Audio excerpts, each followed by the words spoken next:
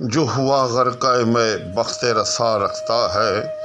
جو ہوا غرقہ میں بخت رسا رکھتا ہے، سر سے گزرے پہ بھی ہے بال ہما موج شراب۔ السلام علیکم ناظرین، تو آج پھر ایک وقفے کے بعد عید الفطر کے موقع پر آپ کی خدمت میں حاضر۔ سب سے پہلے تو میں اپنے تمام ناظرین کو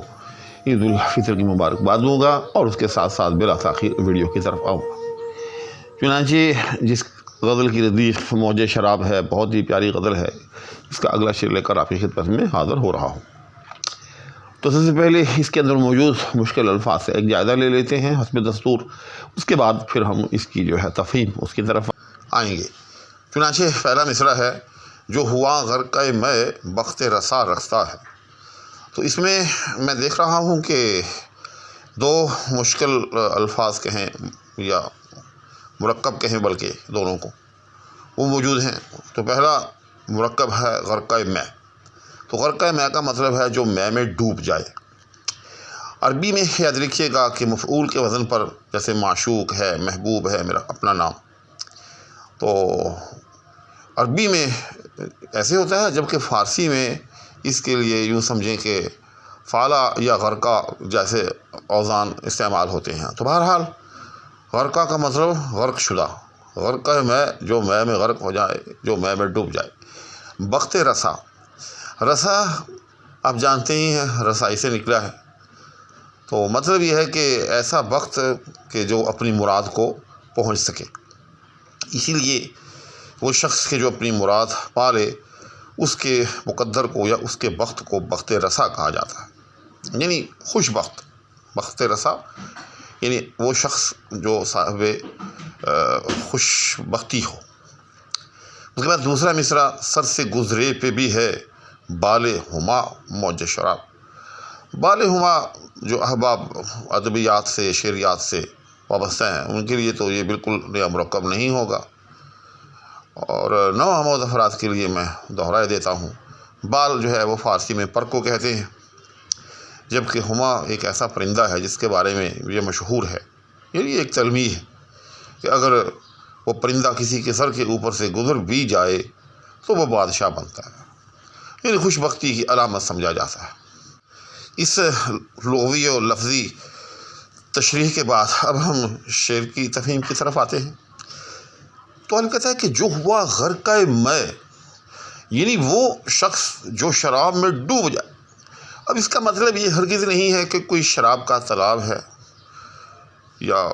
کوئی بڑا جوہر ہے اور کوئی شخص جو ہے اس میں چھلانگ لگائے اور اس میں جا کر وہ ڈوب جائے، بلکہ اس کا مقصد یہ ہے کہ اگر کوئی شخص کثرت سے مے نوشی کرے، یعنی اتنا زیادہ، اتنا بلا کا وہ مے نوش ہو کہ گویا کہ وہ اس شراب میں ڈوب جائے، بخت رسا رکھتا ہے۔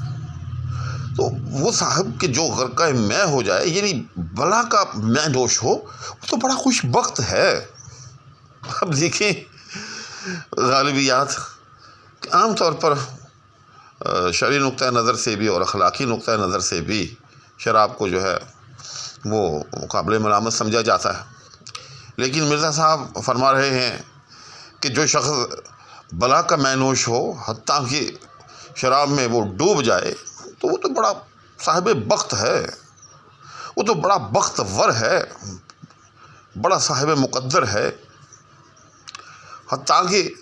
پھر اسی بات کو وہ ایک تمثیل میں بیان کرتے ہیں۔ دوسرے مصرعے میں یاد رکھیے گا کہ کوئی نئی بات نہیں ہے، لیکن غالب نے وہ جو بات صرف ایک ہی کی ہے جو پہلے مصرعے میں کی ہے، کہ جو بلا کا میں نوش ہو وہ بڑا خوش بخت ہے، لیکن اب اس خوش بختی کو انہوں نے ایک تلمیح کے ذریعے بیان کیا ہے۔ تلمیح میں پہلے بھی بیان کر چکا ہوں، دوبارہ دہرا دیتا ہوں کہ کوئی ایسا ریفرنس، کوئی ایسا واقعہ کہ جو عوام میں معروف ہو، اس کا حوالہ دیا جائے، اس کو تلمیح کہتے ہیں۔ تو اب اسی بات کو غالب نے کہ بلا کا میں نوش، یعنی بہت زیادہ شراب پینے والا، کثرت سے میں نوشی کرنے والا بڑا خوش بخت، بڑا بختور انسان ہوتا ہے،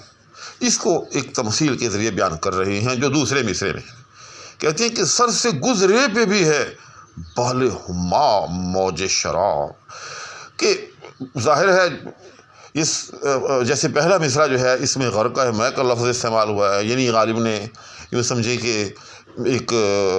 تالاب کہہ لیں یا دریا کہہ لیں یا نہر کہہ لیں، وہ ایک تراشی ہے کہ جس کے اندر جو ہے وہ مے نوش صاحب جو ہیں وہ اس میں ڈبکیاں لگا رہے ہیں،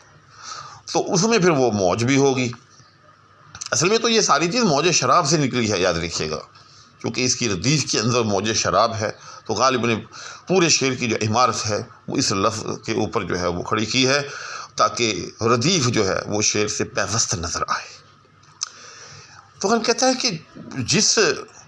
ندی میں، جس شراب سے بھرپور ندی میں یا دریا میں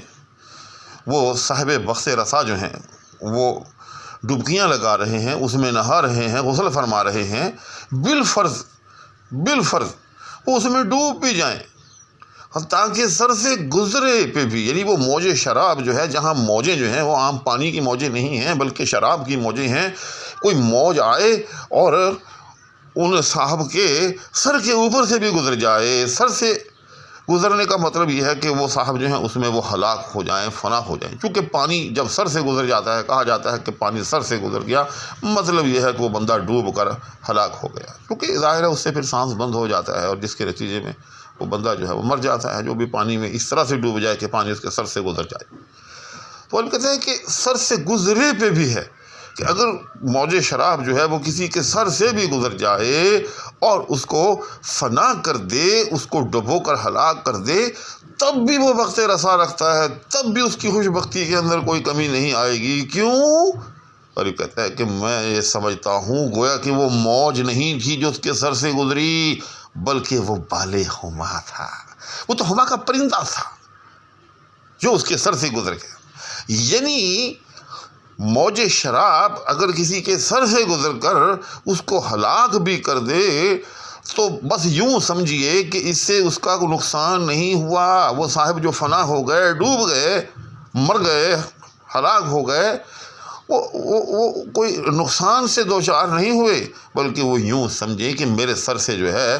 وہ موج شراب نہیں گزری، بلکہ ہما کا پرندہ جو ہے وہ پھڑپھڑاتا ہوا جو ہے وہ گزرا، اور یہ موج نہیں ہے بلکہ اس ہما نامی پرندے کا ایک پر ہے جو میرے سر کے اوپر سے گزر رہا ہے۔ مطلب یہ ہے کہ کسی بھی صورت میں شراب جو ہے وہ انسان کے لیے سود مند ہی سود مند ہے، حتیٰ کہ اگر کوئی بلا کا مے نوشی کرتے کرتے ہلاک بھی ہو جائے تو تب بھی اس کو گھبرانے کی ضرورت نہیں ہے، بلکہ یہ بھی گویا کہ اس کی خوش بختی ہے کہ وہ کثرت مے نوشی میں جو ہے وہ ہلاک ہو جائے۔ اب دیکھا، اس سے بڑھ کر کسی چیز کی تعریف کے اندر اور کیا مبالغہ ہو سکتا ہے کہ ایک چیز جو ہے انسان کو موت کے گھاٹ اتار دے اور آپ پھر بھی یہ ثابت کرنے پر تلے ہوئے ہوں کہ ارے بھائی اس سے گھبرانے کی ضرورت نہیں ہے، پریشان ہونے کی ضرورت نہیں ہے، یہ تو میاں آپ کی خوش بختی تھی۔ اس شعر کے حوالے سے ایک اور چیز بھی بیان کرتا چلوں کہ اس کے دوسرے مصرعے میں جو ہے وہ صنعت ایہام استعمال کی گئی ہے۔ ایہام اسے کہتے ہیں کہ اس کے دو مفہوم ہوں، ایک اس کا قریبی مفہوم ہو، ایک اس کا جو ہے وہ بعیدی مفہوم ہو۔ انسان کا ذہن جو ہے وہ اس کے قریبی مفہوم جو ہے اس کی طرف منتقل ہو، لیکن شاعر کی مراد جو ہے اس کا جو دور کا مفہوم ہے وہ ہو۔ تو یہاں بھی سر سے گزرے تو اس کے دو مفہوم ہیں، ایک یہ ہے کہ فزیکلی کسی چیز کا سر سے گزرنا، دوسرا یہ ہے کہ سر سے گزرنا یعنی اس کو موت کے گھاٹ اتار دینا۔ تو یہاں بھی ذہن جو ہے وہ موج شراب کا سے جو ہے اور غرقہ سے جو ہے وہ یوں محسوس ہوتا ہے کہ گویا کہ وہ سر سے گزرنا مراد ہے، فزیکلی مراد ہے، حالانکہ ایسا نہیں ہے، بلکہ مطلب یہ ہے کہ چاہے وہ اس کو موت کے گھاٹ ہی کیوں نہ اتار دے۔ تو اس میں یہ صنعت ایہام بھی موجود ہے۔ تو امید ہے ناظرین آج کی ویڈیو بھی آپ کے لیے کچھ نہ کچھ تفہیم غالب کے حوالے سے سود مند ثابت ہوئی ہوگی۔ ابھی میرے چینل کے ساتھ کچھ مسائل ہیں، اس وجہ سے